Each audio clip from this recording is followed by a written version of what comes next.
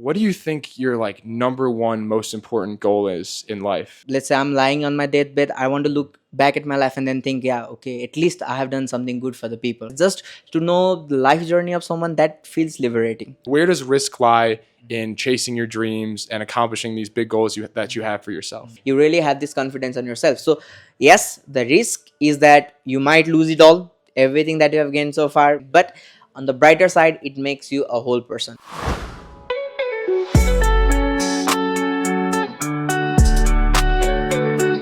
Joe here with the Uncalculated Bets YouTube channel, and today I'm sitting with my good friend Surya, who I met last week while trekking in Nepal. So starting off, please tell us a little bit about yourself and what it was like growing up in Nepal. So growing up in Nepal, I would say it was culturally different than what it will be like growing up in USA. So firstly, in USA, parents really push their kids to be independent and then do something of their own.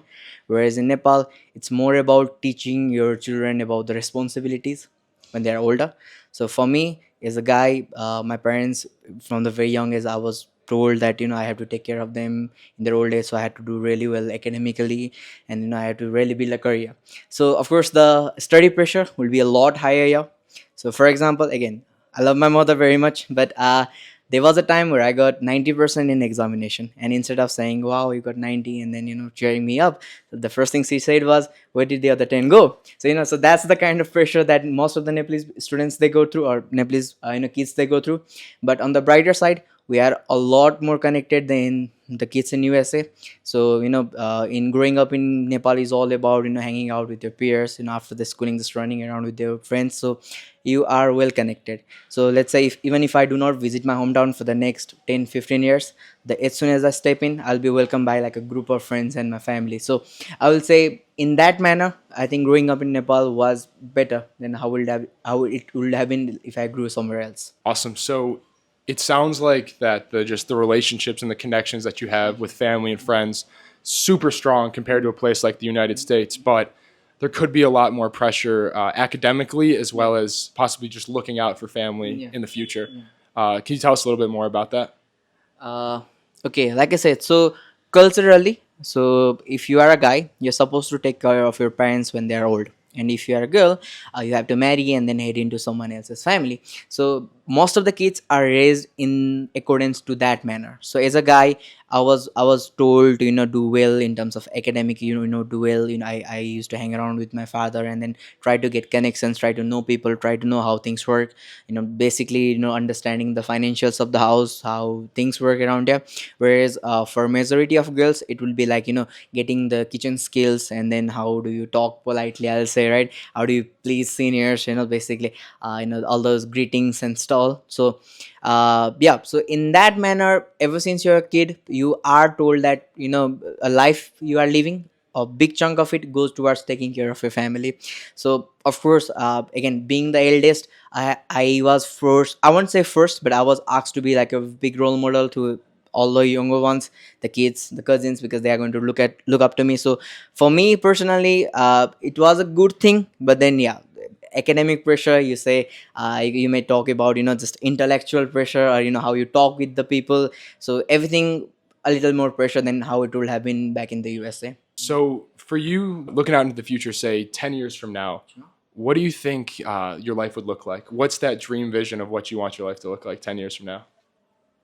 Okay, so I have a lot of things planned for the next 10 years, but I'm just going to point out the obvious ones, right? Or the main ones, I will say. So, as I've told you, that I'm studying psychology and social work at the moment, but professionally, I'm working as an educational consultant. So, although these fields are related, but I will say they are more semi related. I mean, even if I work like 10 years in this same profession, it will not have any significance to what I'm studying, right? So, in terms of portfolio, in accordance to my academics, I don't have a lot going on, right? So hopefully, in the next 10 years, I will be able to transition from what I'm doing at the moment to what I'm studying, right? And maybe create a base in the field of psychology and social work. Also, again, I really enjoy what I'm studying at the moment. So I am planning on getting all the degrees by next year, 10 years. So that will mean that I will have my undergraduate degree, graduate degree, some research papers, and hopefully a doctorate in psychology. That sounds incredible. And just keeping this in mind, you're doing this all while working a full time job. That's correct. Yeah, so I don't know how it works in USA. It's probably hour based, but for me, it's monthly based. So Nepalese workers are paid in terms of month, and there is no calculation of hours whatsoever.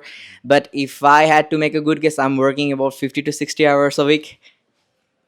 Man, that's insane. So studying while working 60 hours a week, that must be such a grind. So, like you mentioned that you're 10 years from now, you'd like to be fully established as a psychologist. You kind of want to move away from what you're doing now.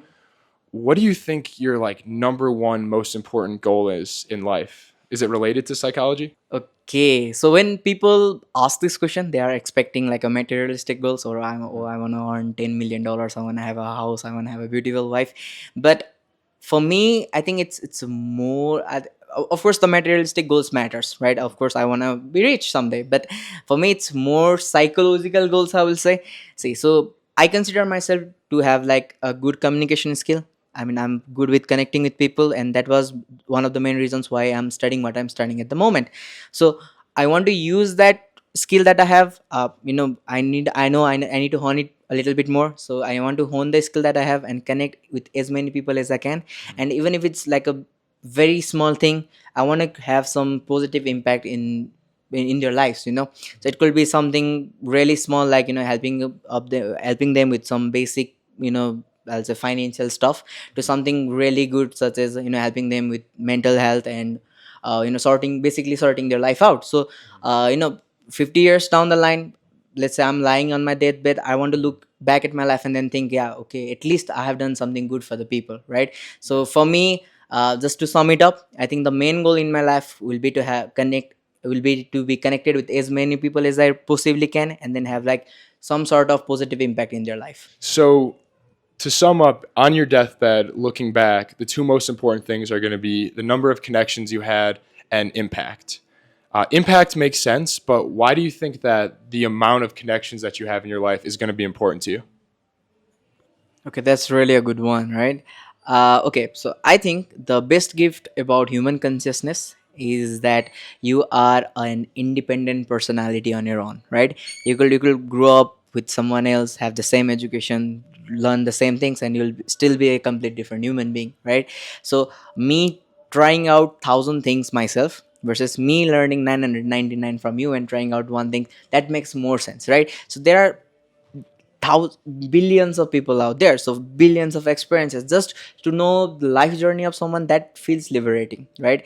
And human, fundamentally, we are social creatures, right? Even the most introverted person in the room, he likes company of somebody, right? So if you could really connect with all those people, all those experience, I think the world will be like a very happy place to live. So that's what I think, that's how I think about connections, right? It's simply a tool to gather as much experience as you possibly can, and try to be happy in every scenario, I'll say. Yeah. Yeah, I fucking love it, man. Reminds me of a saying: "Alone you can go fast, together you can go far." And the more people you talk to, you connect with, just the more you learn and experience. Yeah. So, maximizing impact, meeting as many people as possible. What's the biggest obstacle preventing you from actually doing that? Okay. So solely talking about what's stopping me from making connections. Okay. So as a student and a full-time work employee, I don't really have the chance of traveling as much. Okay, and normally there are two main reasons. It's because we have a very hectic work life, right? So a full-time employee will get at max 12, 13 days in a year is paid holidays. Okay, and that too you cannot take it in chunks. So it has to be like 2 or 3 days max, and you can travel. I have done all the traveling that I possibly could for the next, in that 2 or 3 window. But for a lot of people, that is very hard. And the difference in pay, it's very insane, right? So let's say the average, or the minimum pay in Nepal is around $170 a month. And if you earn $300 a month, that is considered a really good income, right? And I was thinking about it, that will not even get a plane ticket to USA. I will probably need to save for 2 years just to get a plane ticket to USA, right? So I would say the pay disparity, and the very hectic work culture in Nepal. I think these are the two things that is currently stopping me from knowing more people. But let's see. I hope the future works out well. Yeah, I mean, that sounds tough. Barely any days off, working 50, 60 hours a week, low pay. How for yourself, like looking to the future, how do you plan on, breaking past that obstacle and solving that for yourself? Uh, Okay, so right now, I think my biggest obstacle, right, beside from the fact that I don't get to travel as much, will be to transition into what I'm studying at the moment, right? So, like I said, we get paid very low, and we have to give almost all of our time. And in terms of opportunities for undergraduate students such as myself, the field of psychology and social work, it does not offer as much. Okay, so if I were to transition into that field, I will probably have to start as an intern or as like somebody who's earning 50 or $100 a month, and that simply will not work for me. Okay, because I've been working for past couple of years and I've really I've gotten that independent phase. So going back to my family and asking for the money so I could pursue psychology and social work, it does not make much sense to me at the moment. Now, what will be liberating or what will help me in this journey would be uh, I've tried everywhere I possibly could. It does not lie in Nepal. So it has to come something outside of Nepal, right? So for example, remote work that will offer me. It does not. I'm not expecting like $1 million at the very go, but uh, uh, remote job with flexible working hours and just Western basic pay, right, will give me all that financial leverage as well as the time leverage to really pursue uh, you know really pursue what I'm studying at the moment. So maybe I could get in couple more psychology and social work experiences, and once I really connect the dots, the professional dots and the academic dots, of course I'll be able to travel more and then help more people, and then I will have the degree to back up whatever I'm doing as well. So yeah, right now from my standpoint and from majority of Nepalese students standpoint, I think remote work that really that with the flexible working hours that really frees you financially will be a good call. So remote work would allow you to have the money and the time to dive basically all into social work and psychology so that in the future you'd be able to help as many people as possible. So the opportunity really lies outside Nepal with remote work. So last question for you. What do you think the most important lesson is that you've learned this year? Okay, so I've really had a busy year, but again, it's going to sound a little corny, but I'm just going to put it out here. Okay, so I've told you how much I love traveling and just meeting new people, getting new experiences, but I've also made it obvious that it's impossible or also pretty hard for Nepalese people to travel abroad or travel to foreign places. But I've traveled a lot of local places, and recently I went to a long term trek where we met, right? So for an 8 days long trek, I had to quit my job.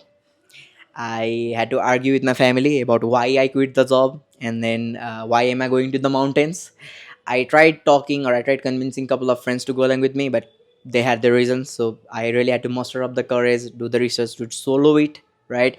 So just a 20-year-old Nepali guy who's never been anywhere going to the mountains alone, right? Now, that thing I would say is by far my best experience ever, because I've met a lot of incredible people such as yourself. I've seen a lot of beautiful things. Nepal is the basically home for mountains, and as a Nepali I have never seen the mountains before.